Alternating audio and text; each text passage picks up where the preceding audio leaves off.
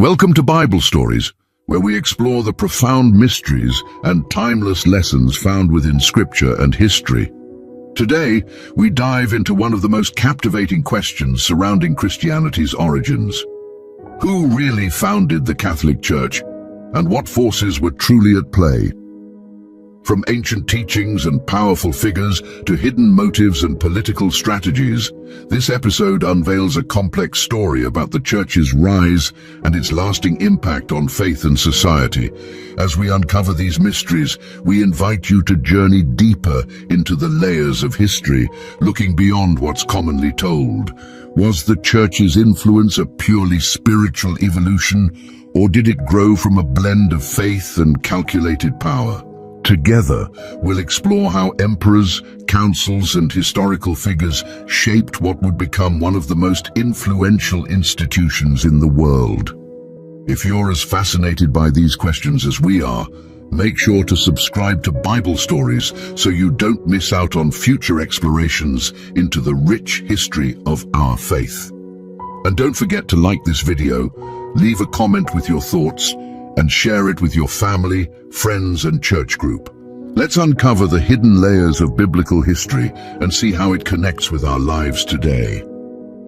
In the vast expanse of the ancient world, a profound question has both captivated and unsettled believers and skeptics alike. Who truly lies behind the establishment of the Catholic Church? For generations, this institution has shaped the core of Christianity, influencing faith, gathering followers, and fostering an air of mystery. Yet beneath its sacred foundations, whispers of hidden motives and political schemes surface, hinting that its origins may extend beyond pure spiritual beginnings. Could it be that the Catholic Church, as we know it, emerged from intentions far removed from what traditional history has taught? If so, who orchestrated this profound shift in religious history? Imagine for a moment that the stories passed down through millennia are not as accurate as they seem. Could they merely be fragments of a deeper, more intricate reality? Is there a concealed layer within the Church's formation, cloaked in secrecy, control, and the ambitions of influential figures? To explore this narrative, we must confront the possibility that the Catholic Church's foundation was not solely a spiritual evolution, but a calculated alliance between faith and politics, a deliberate blend of the divine and the strategic. The conventional narrative depicts the Catholic Church as rising from the early Christian movement, inspired by the teachings and legacy of Jesus Christ and his devoted followers. After Jesus' death, his disciples spread across the Roman Empire, sharing a message of love, salvation, and transformation. This early faith, however, met with fierce resistance, facing brutal persecution as it challenged Rome's authority and disrupted ancient pagan traditions. Nonetheless, this small movement not only survived but ultimately ascended to become the empire's official religion. Was this incredible rise due solely to the power of Christian teachings, or was there an unseen hand guiding its expansion? In today's complex world, many of us wonder if there's more to the Bible than what's been taught. Ancient texts may hold hidden knowledge that answers life's most profound questions. That's why I created my digital book, The Hidden Secrets of the Bible, discovering the esoteric wisdom and powers tailored for seekers like you. Inside, you'll find insights into the deeper layers of biblical passages, unveiling wisdom you may never have encountered before. If you're ready to unlock these mysteries and deepen your spiritual connection, click the first pinned comment to download your copy now. Don't miss this transformative knowledge. It's available for a limited time. Tap the link and embark on your journey into the Bible's hidden wisdom today. Among the pivotal figures shaping Christianity's path was Emperor Constantine, a ruler whose decisions fundamentally influenced the early church. Before Constantine's reign, Christianity was diverse, with many sects and varied interpretations. But Constantine, a skilled politician and strategist, saw opportunity in Christianity's rising influence. He recognized that unifying his empire under a single religion could stabilize his rule and expand his authority over Rome's vast, often turbulent territories.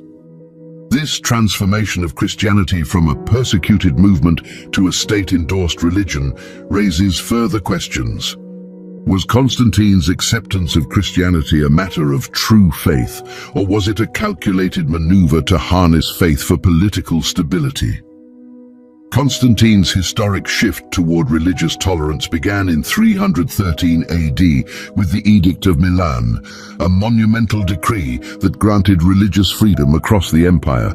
But in 325 AD, Constantine's role grew even more critical when he convened the Council of Nicaea, a gathering of church leaders to unify Christian doctrine.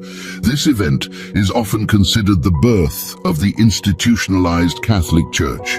However, one must wonder, did Constantine's motivations stem from sincere belief, or was this merely a step in his grander plan to wield faith as a tool of empire?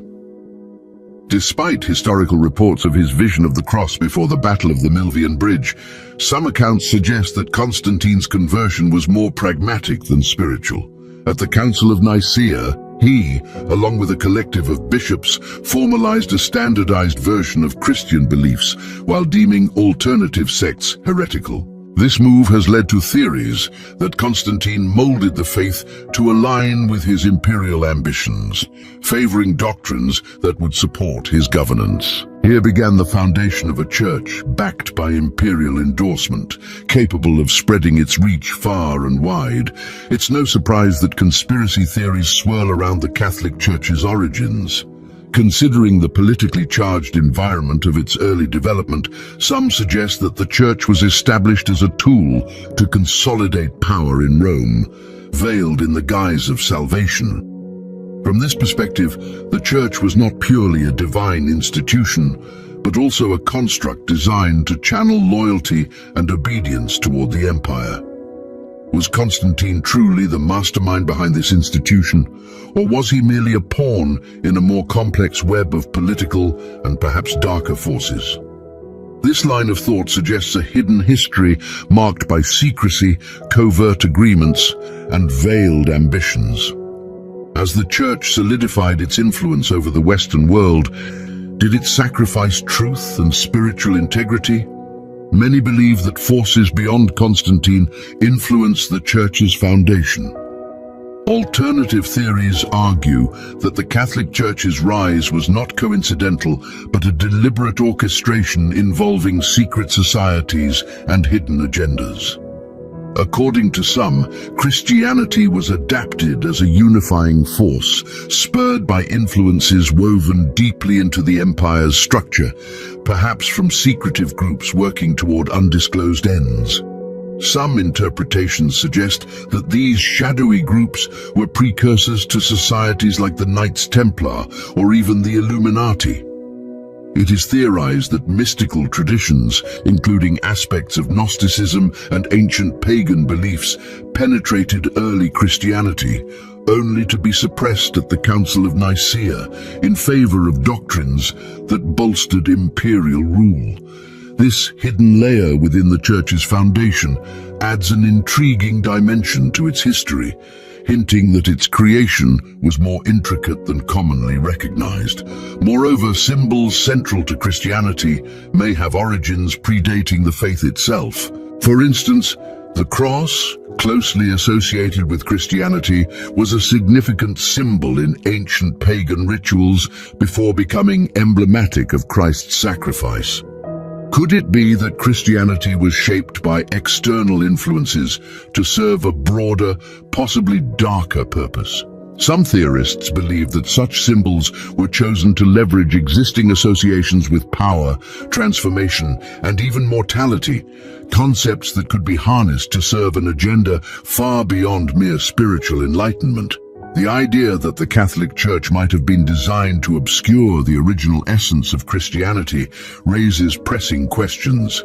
Early Christianity emphasized a personal connection to the divine and spiritual independence, values that might have threatened centralized religious authority. Rather than fostering direct communion with God, the Church emerged as an intermediary, seizing control of spiritual access and, by extension, political influence. The disappearance of certain ancient texts during this period, such as the Gospels of Thomas and Mary Magdalene, further suggests an effort to control the narrative. These texts, which offered alternative views of Jesus' teachings, were labeled heretical and systematically destroyed. Centuries later, fragments of these writings hinted at a form of Christianity focused on spiritual freedom and introspection rather than rigid institutional authority. A particularly compelling question arises regarding the role of Peter the Apostle, whom the Catholic Church venerates as its first pope. Why Peter rather than Paul, whose contributions significantly shaped early Christianity? Some propose that Peter was selected not only for his faith, but because his character aligned with Constantine's vision for an institution he could govern. By controlling the narrative and sidelining dissent, the Church solidified itself as the supreme authority in both spiritual and temporal matters. In the Church's ascendancy, those who challenged or questioned it faced suppression. This suggests that early Christianity may have presented a genuine threat to the established order. Could the Catholic Church have been intentionally shaped to reinforce the power structures of the time? This inquiry leads us to consider whether the Church was founded as an institution of control, merging religious and political power into one potent entity. For some, its establishment was the first step in a larger plan, one that continues to unfold even today.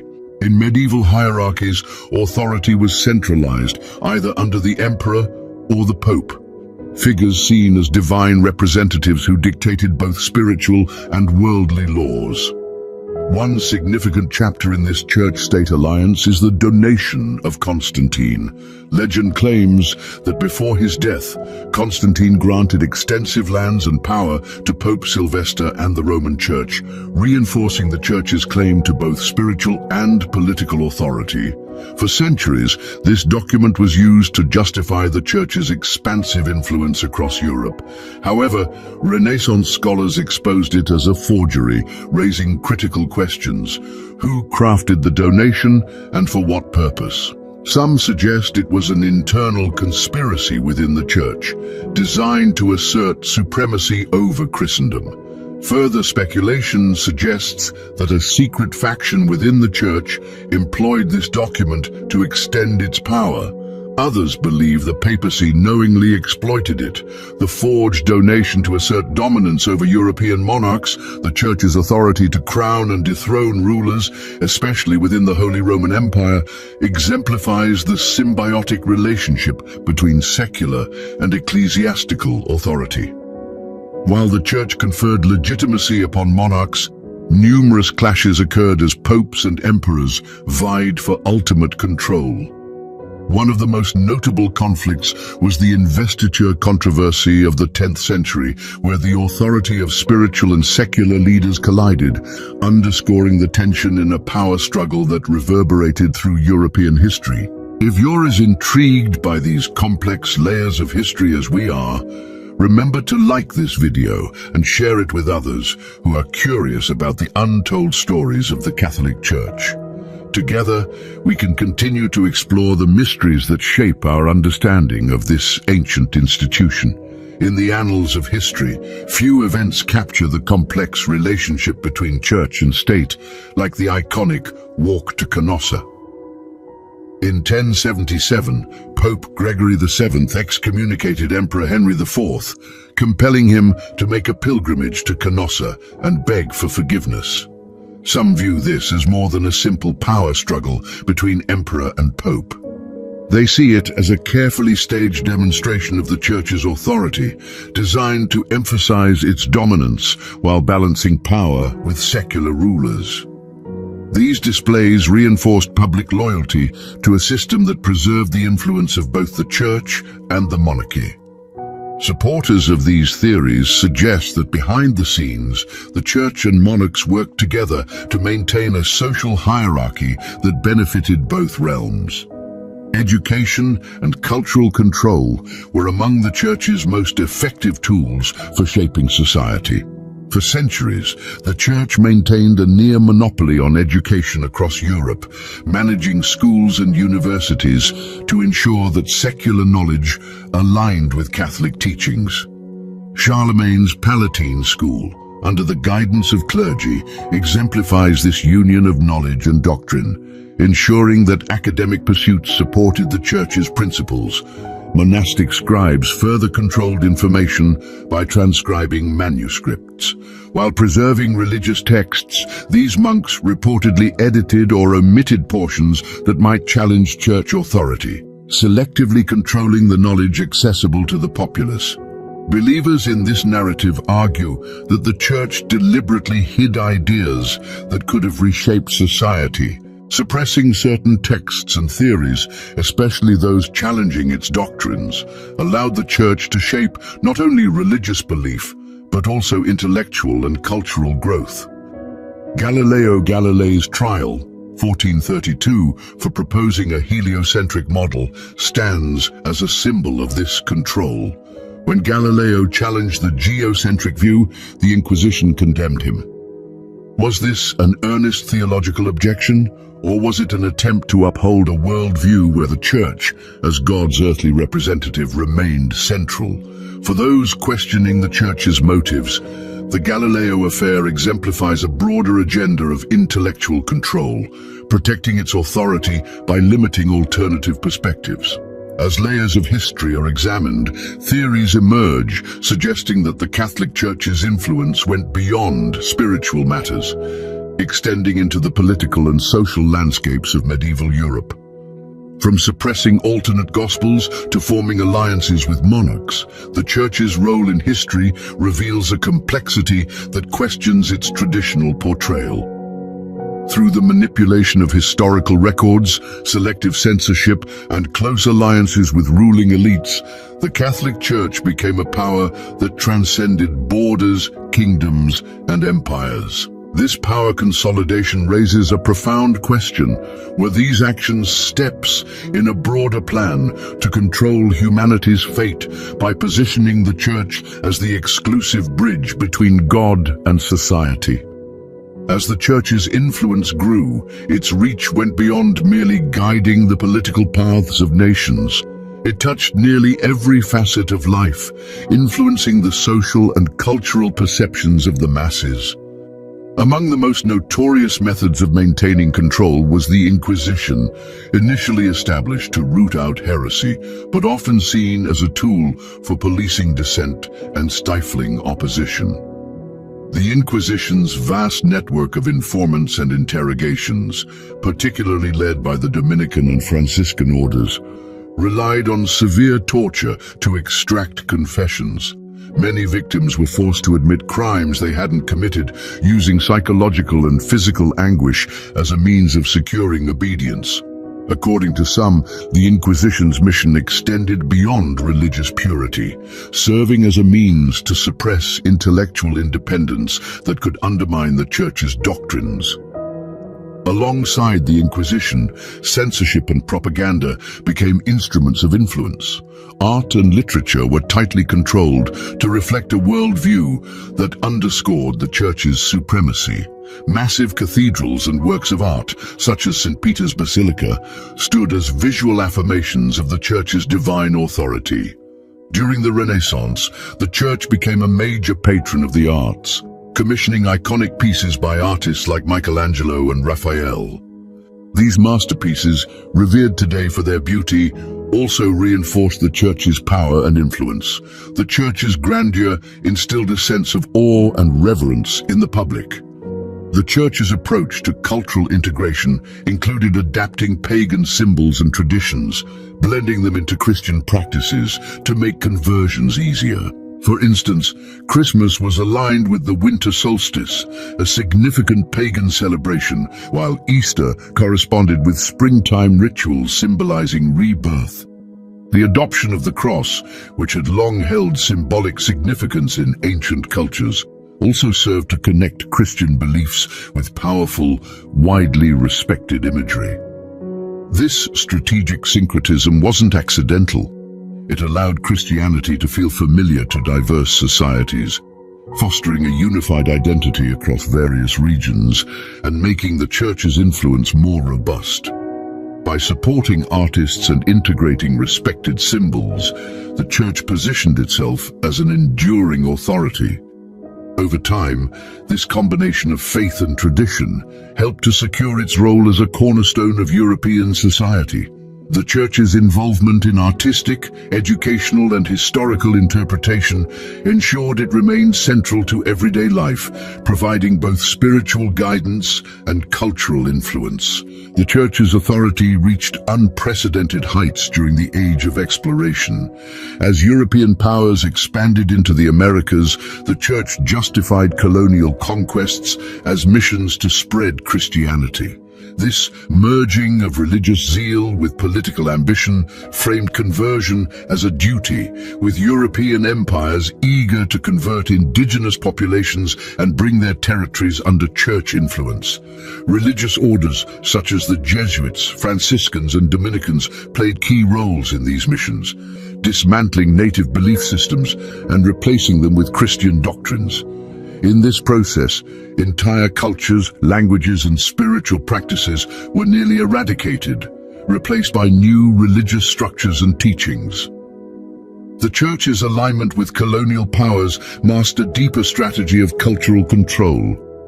Conversion promises were often coupled with the assurance of protection from the abuses of colonial authorities, casting the Church as both a sanctuary and a powerful enforcer. While some missionaries advocated for the protection of indigenous populations, such as Bartolomé de las Casas, the institution's overall stance leaned towards supporting colonial dominance. This ambivalence sparked internal conflicts within the Church, with some clergy viewing colonization as a religious obligation, while others saw it as cultural devastation. In its quest to blend spiritual mission with political influence, the Church extended its reach into the lives of millions. Its dominance in art, education, and historical narrative allowed it to become a central figure in both sacred and secular matters, shaping a worldview that positioned it as the ultimate authority. Through calculated alliances, suppression of dissent, and cultural integration, the Church solidified its place not just as a religious body, but as a significant force in shaping the destinies of civilizations and nations. Remember, this exploration into the hidden layers of the Church's history is only a glimpse into a broader narrative. Don't miss out on my digital book, The Hidden Secrets of the Bible, Understanding the Wisdom and Power Concealed Within Sacred Texts, available now for seekers like you. The insights within could unlock a profound connection to sacred wisdom. But act soon, as this knowledge is available only for a limited time. Over time, Christian processions and rituals began to overshadow indigenous celebrations in the Americas, subtly merging European beliefs with native customs. Aspects of indigenous traditions were quietly incorporated, making the transition to Christianity feel more seamless and natural. Almost as if the new faith were simply an extension of local culture, this blend of beliefs reshaped the cultural identities of societies, ultimately establishing European religious practices as the dominant norm. Many religious leaders viewed this transformation as a victorious mission, spreading Christianity across the globe. However, the legacy of this religious expansion is deeply controversial. Scholars often argue that these conversions were more than mere acts of faith. They were, in essence, a form of cultural erasure. Evangelization became a justification for exploitation and dominance. This merging of faith, power, and politics created a complex legacy, one that fuels modern debates about the Church's motivations and impact in the New World. When we consider the Catholic Church's expansive influence throughout history, we reach a critical juncture where established perspectives on these events come into question. Was the Church's power simply a byproduct of its influence, or, as some theorists suggest, part of a far-reaching strategy to shape the world according to its vision?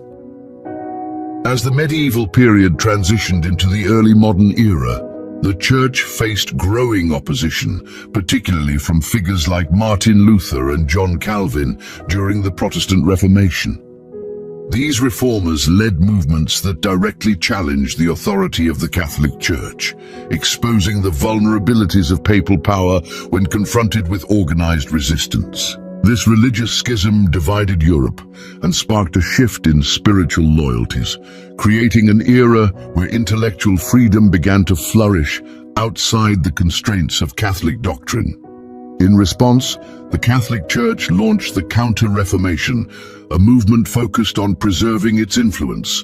The establishment of the Jesuit order exemplified this strategic shift, emphasizing education, diplomacy, and peaceful conversion as a means to regain control. This new intellectual approach contrasted with the Church's earlier reliance on force. However, some argue that these seemingly gentle tactics masked hidden agendas designed to keep the Church's power intact in subtle yet equally potent ways. The emergence of secretive societies like the Illuminati in the 18th century adds a layer of intrigue to these theories. Although often regarded as separate from the Church, some theorists suggest that groups like the Illuminati represent a continuation of the Church's clandestine efforts to guide historical narratives and political futures. The recent discovery of documents within the Vatican's secret archives has fueled such speculation. These once inaccessible records contain correspondences and documents that hint at the Church's involvement in significant historical events. For those who question the Church's role in shaping history, these archives may contain evidence of an intricate network of influence stretching through centuries and potentially still active today. At the core of these theories lies the idea that the Catholic Church's inception and development were not merely religious events, but rather stages in a long-term strategy aimed at dominating humanity's future.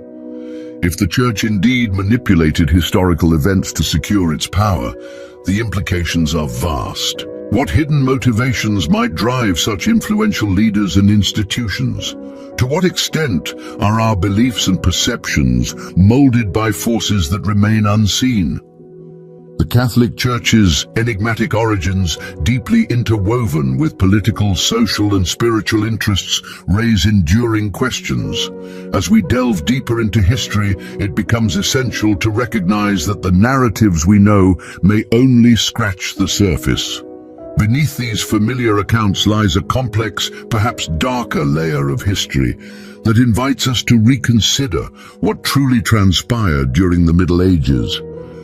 During this period, the Church consolidated its hold over European knowledge and culture, becoming the dominant force in education and shaping the intellectual landscape of medieval society. Nearly all educational institutions fell under the Church's control, and instruction was heavily steeped in Catholic doctrine, leaving little room for secular knowledge. This control extended to the preservation of ancient manuscripts, which were copied by monastic scribes. However, theories suggest that these scribes, in their devotion, occasionally altered or omitted sections of texts that might contradict Church teachings. Through selective transcription, the Church curated knowledge, determining which ideas would be remembered and which would be forgotten.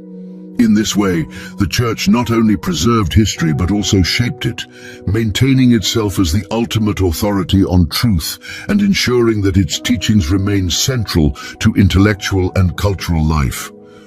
The Church's control over knowledge acted as a powerful instrument, enabling it to shape public understanding from an early age. By limiting access to alternative viewpoints, the Church established itself as the main source of truth, solidifying its role as both spiritual and intellectual leader. This deliberate shaping of knowledge and restriction of ideas ensured the Church's influence over the medieval mind, embedding itself at the heart of European society. This influence over knowledge was a double-edged sword. While the Church preserved important elements of cultural heritage, it also stifled perspectives that might have advanced society in different directions. By curating history and deciding which ideas would endure, the Church guided the intellectual and spiritual path of future generations, embedding its doctrines deeply into the cultural fabric of Europe. Through its complex web of power, knowledge, and belief, the Catholic Church left a legacy that shaped civilization itself. The crowning of Charlemagne by the Pope in 800 AD highlights the Church's deep involvement in both political and educational realms. Charlemagne's establishment of the Palatine School sought to strengthen his empire through education rooted in Christian values. Overseen by clergy, this institution emphasized unwavering faith and obedience, reinforcing a social hierarchy where both church and nobility reigned supreme. The Church's influence extended beyond education, affecting philosophy, science, and historical interpretation. Scientific ideas or philosophies that diverged from Catholic teachings faced immediate suppression. For instance, Galileo's heliocentric theory that the Earth revolved around the Sun was met with fierce opposition from the Church, as it threatened the geocentric worldview that symbolically placed the Church at the center of existence. Through its monopoly on knowledge, the Church became a dual authority, both spiritual and political, shaping European culture for centuries. Historians argue that the Church's insistence on a singular worldview kept society confined within a framework that prioritized church teachings, reinforcing its position as the supreme authority. By controlling information and suppressing dissent, the Church fostered an environment where any challenge to its teachings became a threat not only to religion, but to social order itself. This censorship created an intellectual blockade, restricting the spread of ideas that might have accelerated progress in science, philosophy, and culture. The Inquisition stands as one of the Church's most formidable instruments for maintaining doctrinal conformity. Originally formed to combat heresy, the Inquisition grew into a powerful tribunal with almost unrestricted authority, targeting not only theological dissenters, but also those whose thoughts and ideas challenged the Church's control. As the Inquisition spread, it employed increasingly severe measures, particularly in regions like Spain and Italy, where the Church's influence was strong. Courts of the Inquisition, led by Dominican and Franciscan monks, used interrogation and torture to extract confessions, often from those who were innocent. This climate of fear drove people to turn on one another, silencing opposition and fostering an atmosphere of suspicion and compliance. The reach of the Inquisition extended beyond theology, as it targeted philosophical and scientific ideas that could challenge the Church's doctrines. Countless books and manuscripts were destroyed, depriving future generations of alternative perspectives. This loss of ancient knowledge is viewed by some as a setback to intellectual progress, delaying scientific advancements by centuries.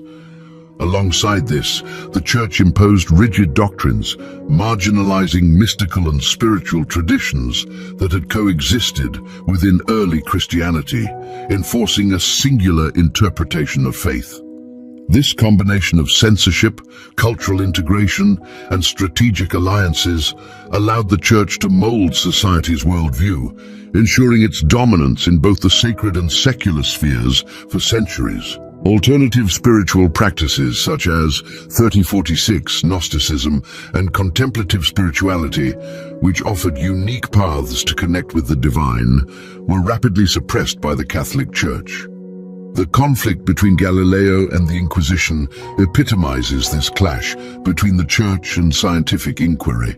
By proposing a heliocentric universe, Galileo defied the church's geocentric worldview, which positioned the Earth, and symbolically, the church itself, at the center of creation. Some theorists argue that the church's opposition to Galileo's ideas extended beyond theological disagreements, viewing his findings as a direct challenge to its authority.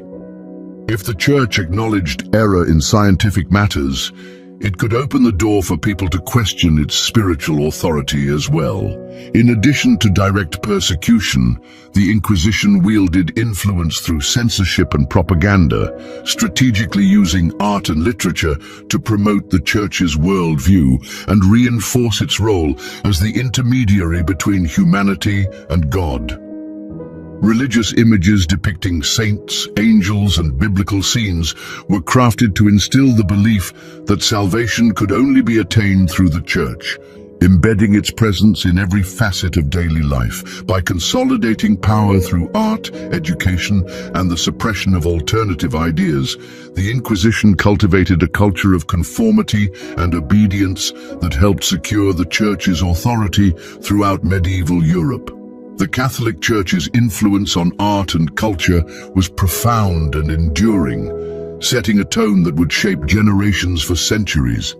The Church not only financed monumental works of art, but also carefully directed their messages and styles. Religious imagery, abundant in medieval and Renaissance art, served as both expressions of devotion and potent tools of religious propaganda. Through grand sculptures, paintings, and architectural masterpieces, the Church continually asserted its authority, reminding the public of its position as the link between the earthly and the divine.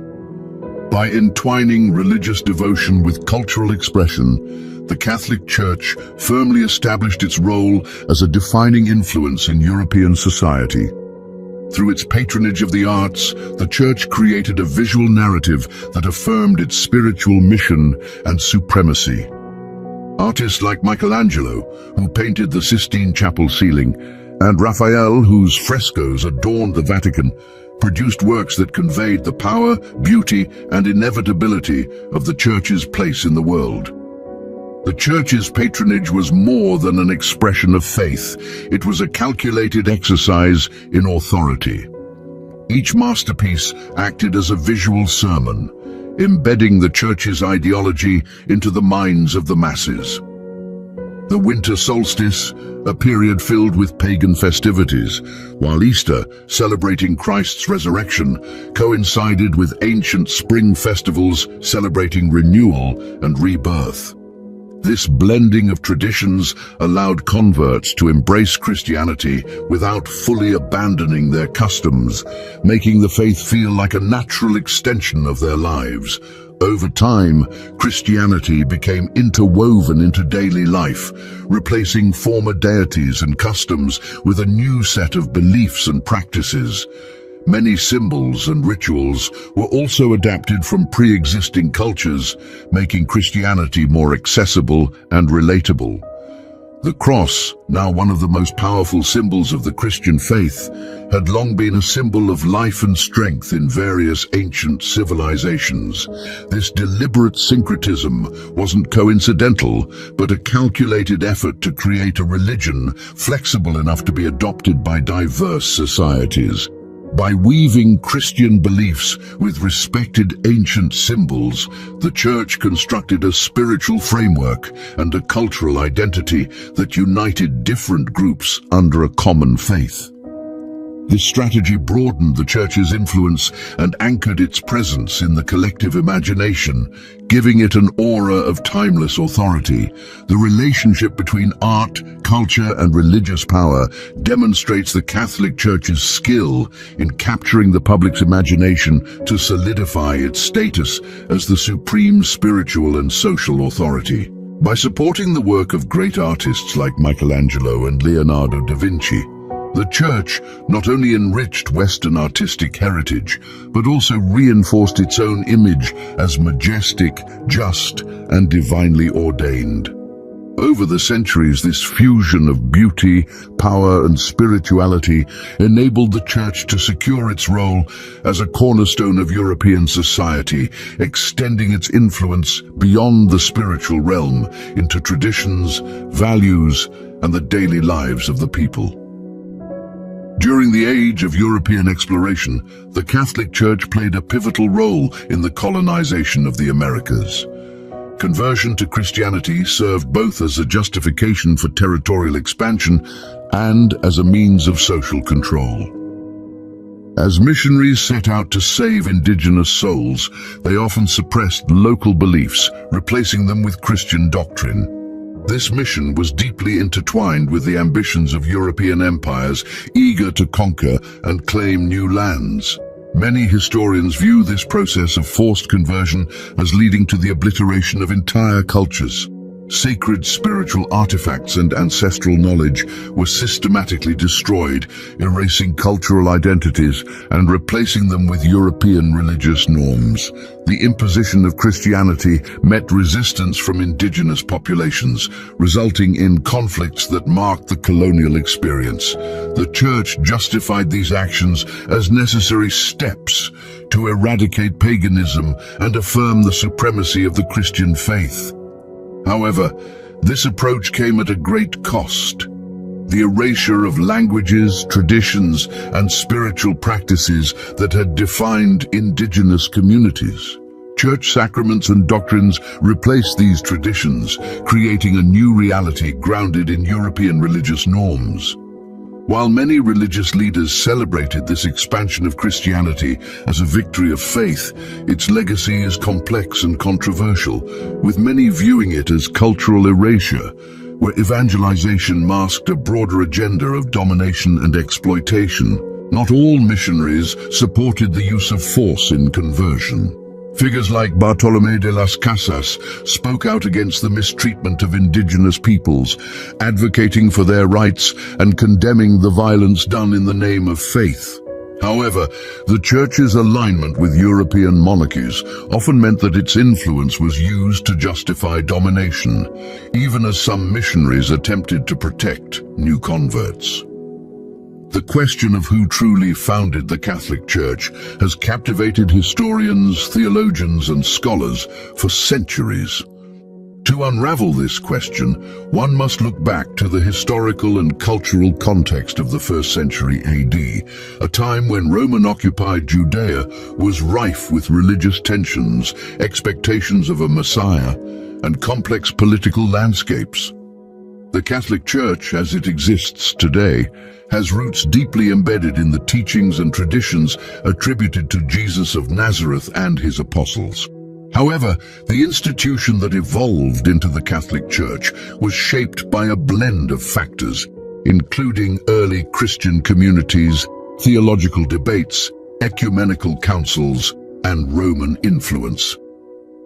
The role of Jesus and the apostles. Jesus of Nazareth, whom Christians revere as the Messiah, is considered the spiritual cornerstone of the Catholic Church. His teachings, primarily conveyed orally and later documented in the Gospels, laid the foundation for the early Christian faith. While Jesus never used the term Catholic Church, his message of love, forgiveness, and salvation formed the essence of the Christian community. The term Catholic, derived from the Greek word katholikos, meaning universal, was not applied to the Christian Church until much later. Still, Jesus' teachings emphasized inclusivity, forgiveness, and a new covenant with God, principles that would become hallmarks of the Christian tradition. Following Jesus' crucifixion, his apostles, especially Peter and Paul, became pivotal figures in spreading his message. The role of Peter is particularly significant in the development of the Catholic Church's identity. Known as the rock upon which Jesus would build his church, Matthew 16:18, Peter is often regarded as the first pope in Catholic tradition.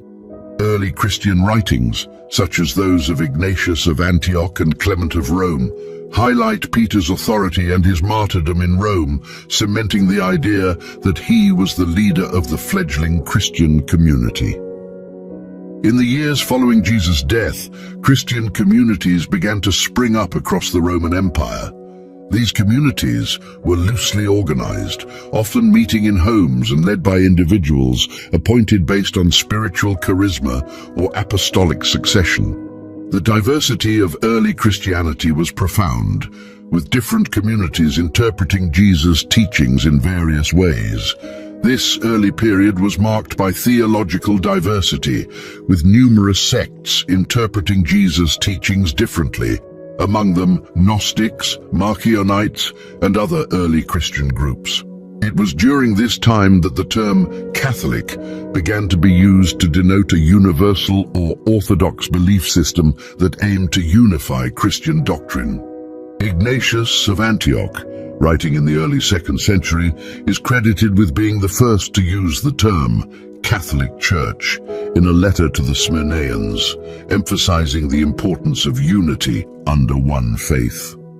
Ignatius advocated for a hierarchical structure in which bishops held authority over their respective communities, a model that foreshadowed the Church's later organization. A monumental shift occurred in the 4th century when Emperor Constantine legalized Christianity with the Edict of Milan in AD 313. This edict granted Christians the freedom to worship openly and marked the beginning of a new relationship between the Church and the Roman Empire.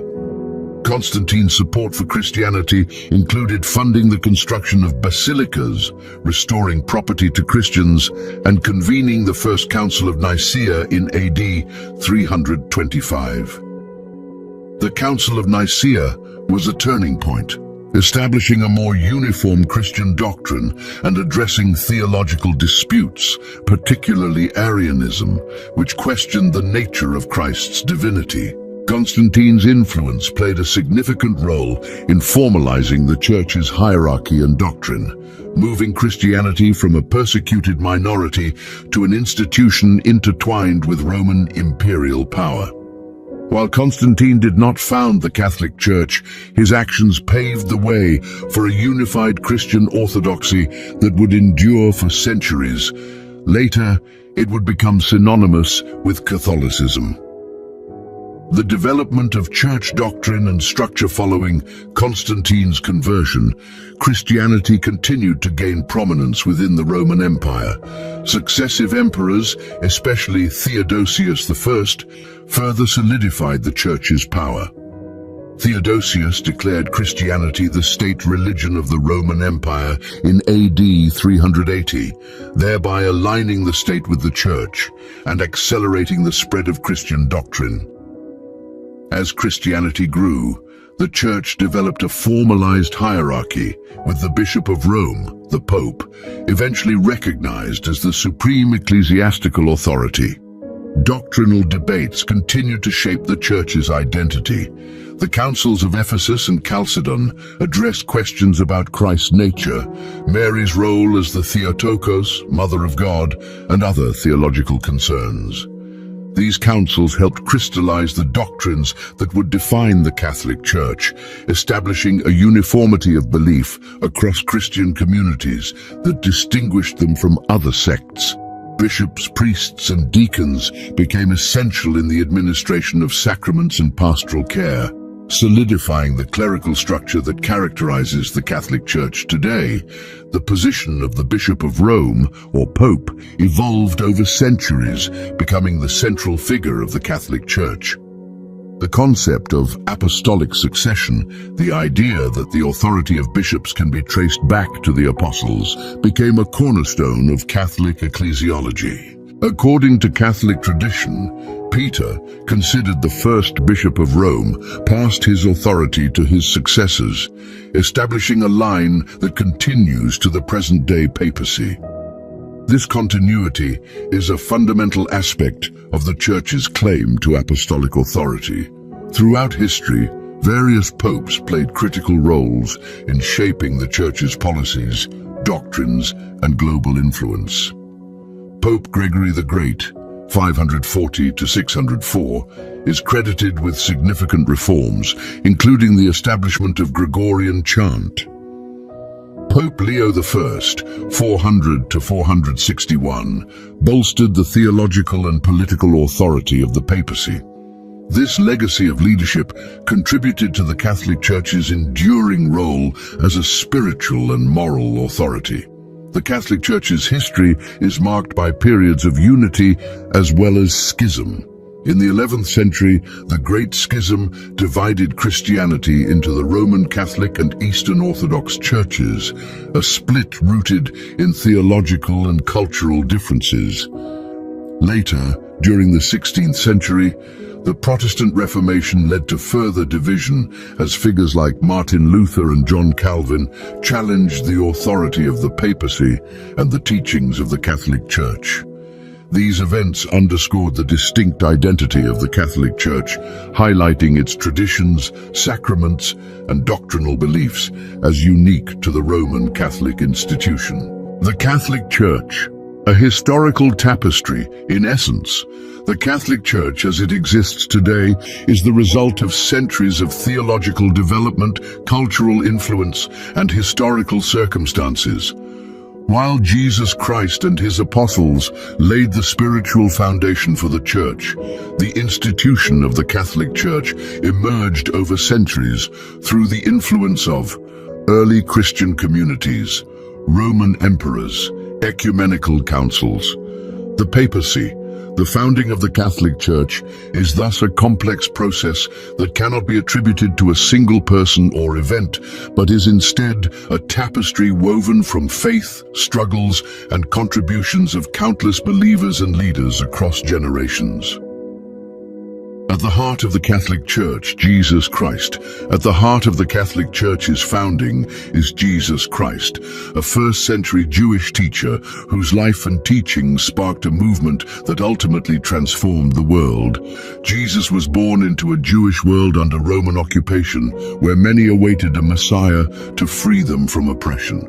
Unlike the political savior many expected, Jesus taught a message that emphasized inner transformation, the kingdom of God, and love for one's neighbor.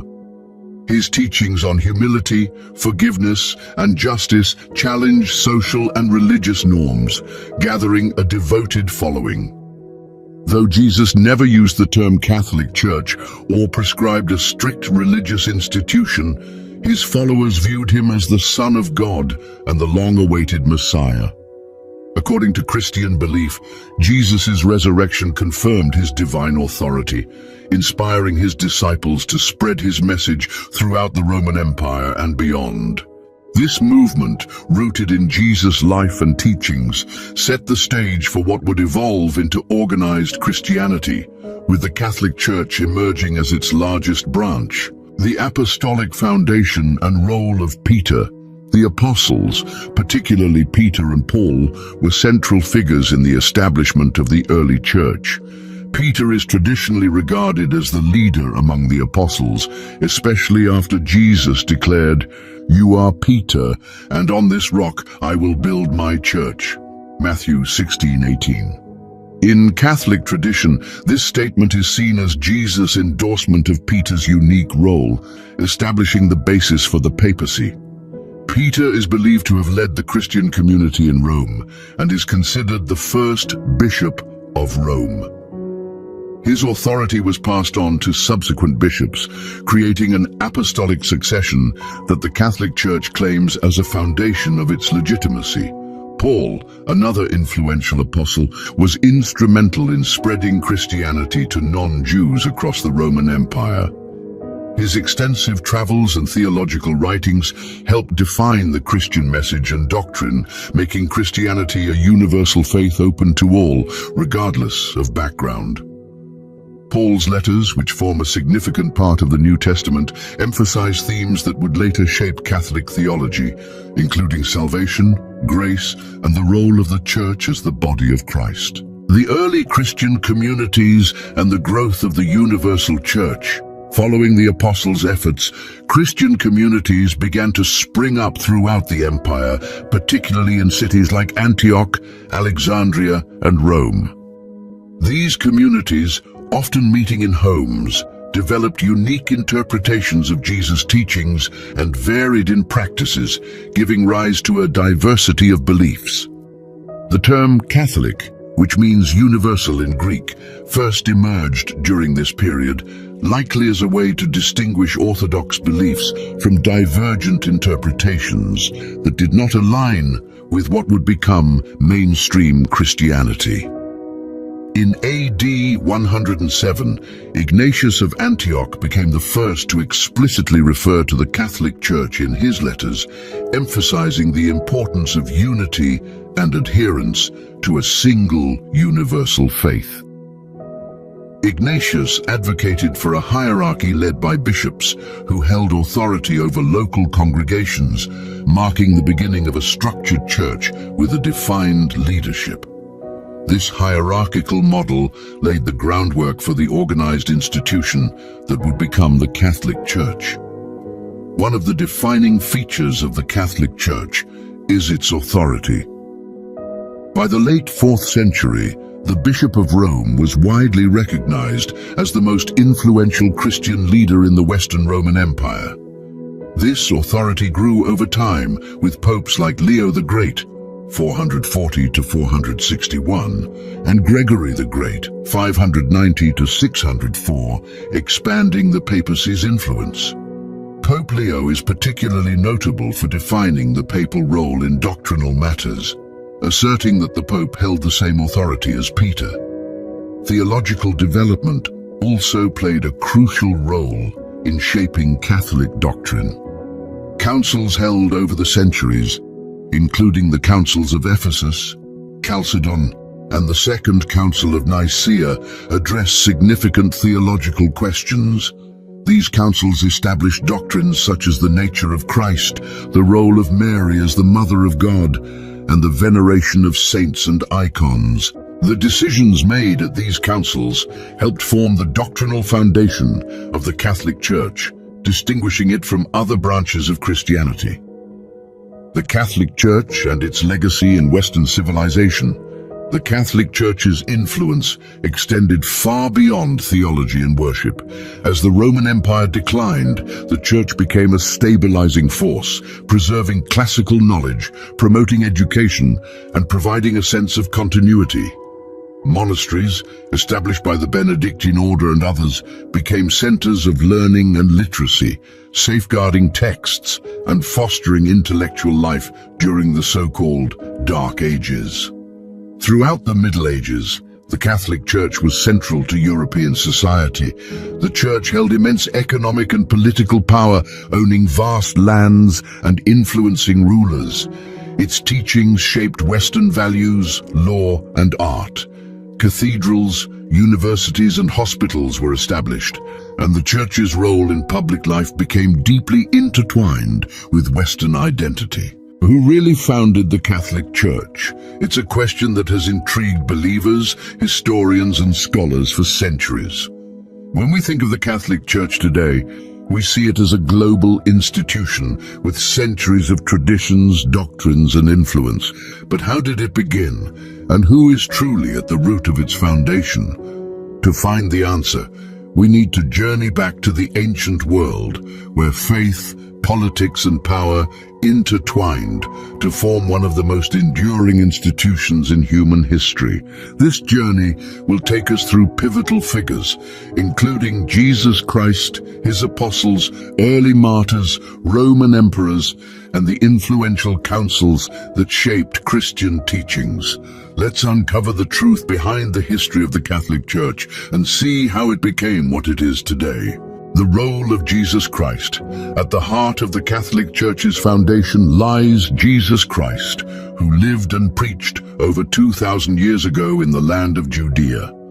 While Jesus never explicitly used the term Catholic or Church as we understand them today, he laid down teachings that would later form the basis of Christianity. The apostles, particularly Peter, whom Jesus named as the rock on which his church would be built, are essential to understanding the Church's origins.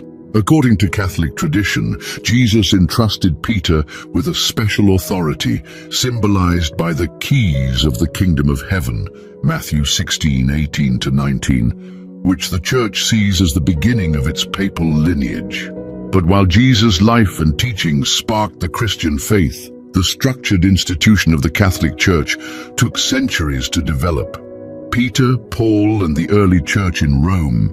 The role of the apostles, especially Peter and Paul, is crucial to the origins of the Catholic Church. Both traveled to Rome, the heart of the empire, to preach the message of Jesus. Tradition holds that Peter became the first bishop of Rome, a position seen by Catholics as the beginning of the papacy. Paul's letters or epistles helped spread Christian teachings and establish early Christian communities throughout the Roman Empire. These early communities were often small, meeting in homes and sharing a deep spiritual connection. However, they faced persecution from Roman authorities who viewed Christianity as a threat. Despite this, the faith grew, and by the end of the first century, a distinct Christian community existed in Rome, which saw itself as connected to the legacy of Peter and Paul. Constantine and the transformation of Christianity. A significant turning point in the Catholic Church's development came in the 4th century with the Roman Emperor Constantine. In 312 AD, Constantine converted to Christianity, and the following year he issued the Edict of Milan, which legalized the Christian faith across the empire. Constantine's conversion was monumental. It shifted Christianity from a persecuted sect to an accepted, even privileged religion. This period saw the formation of the Nicene Creed at the Council of Nicaea in 325 AD, where church leaders gathered to define essential beliefs and establish unity within the faith.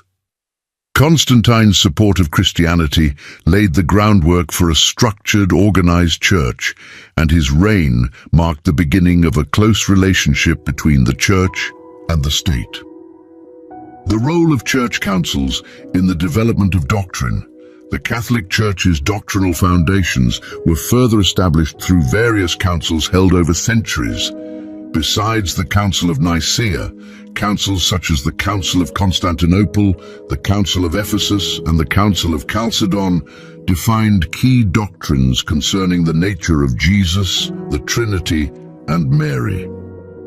These councils brought together bishops from across the Christian world to debate, clarify, and unify teachings, forming the basis of Catholic doctrine. The decisions made in these councils continue to be recognized by the Catholic Church today and are seen as essential milestones in the establishment of the Church's theology and organization. The emergence of the papacy and the centralization of authority. As the Roman Empire began to decline, the Church in Rome gained prominence. The Bishop of Rome, later known as the Pope, became an increasingly influential figure, especially as political stability waned.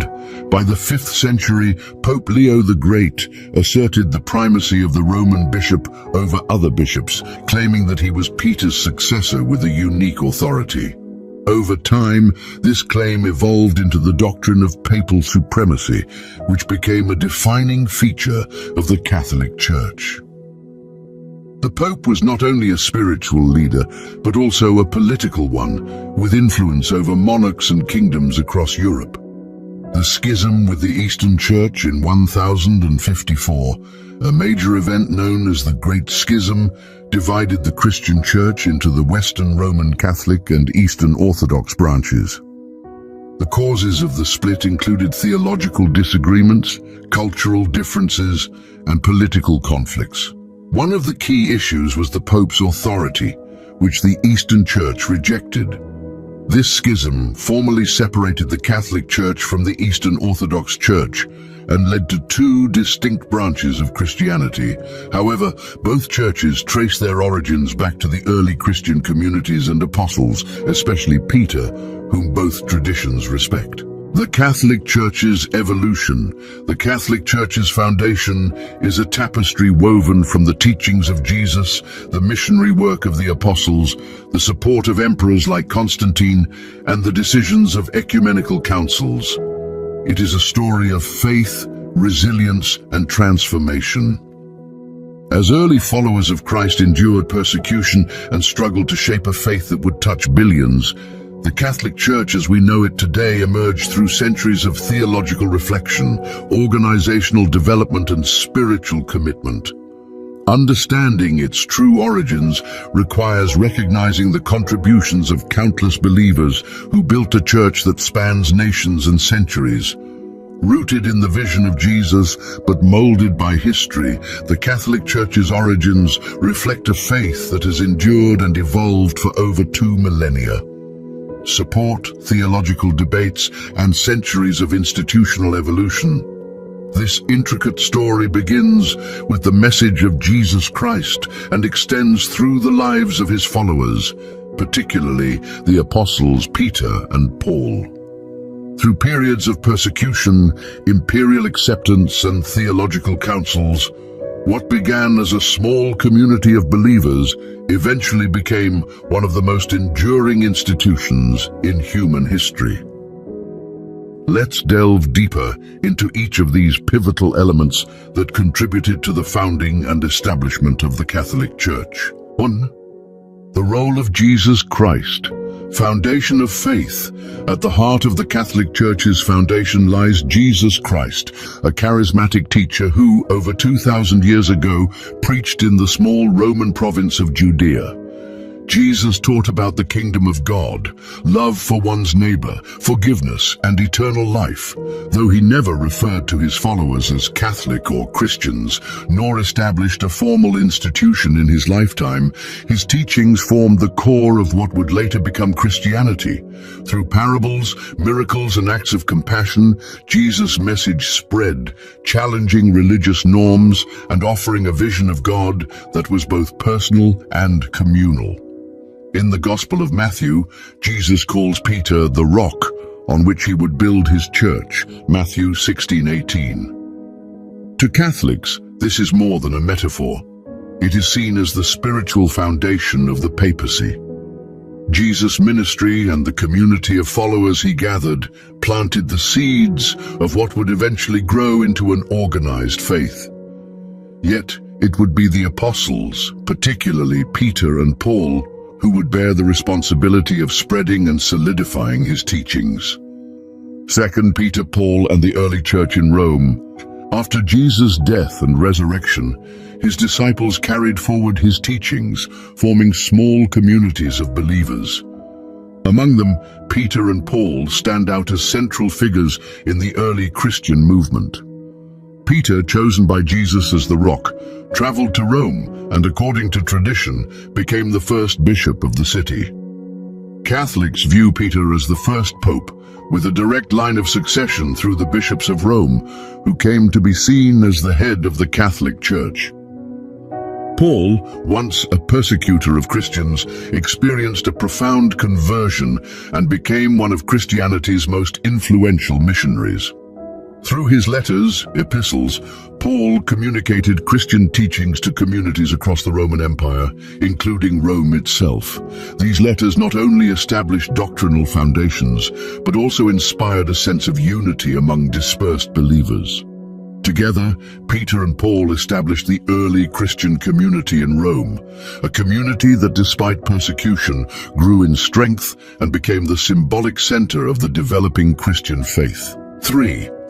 Constantine and the legalization of Christianity. A monumental shift in Christianity's history came in the early 4th century when Roman Emperor Constantine converted to Christianity.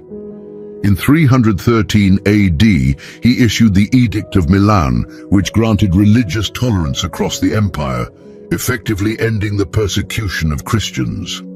Constantine's support transformed Christianity from a marginalized sect to a legally recognized and eventually privileged religion. However, Constantine's conversion wasn't merely symbolic. He used his influence to support Christianity's institutional development. In 325 AD, he convened the First Council of Nicaea, a gathering of bishops and theologians tasked with establishing foundational beliefs and addressing theological disputes. This creed remains a cornerstone of Catholic belief, and Constantine's endorsement paved the way for the Church to assume a structured, organized form. 4. The influence of church councils and the development of doctrine. With Christianity's new legal status, the Church had the opportunity to clarify and codify its beliefs. This was achieved through a series of ecumenical councils, where bishops from across the Christian world met to debate and unify teachings. These councils addressed essential questions about the nature of Jesus, the Holy Spirit, the Virgin Mary. Key councils such as the Council of Constantinople, 381 AD, the Council of Ephesus, 431 AD, the Council of Chalcedon, 451 AD,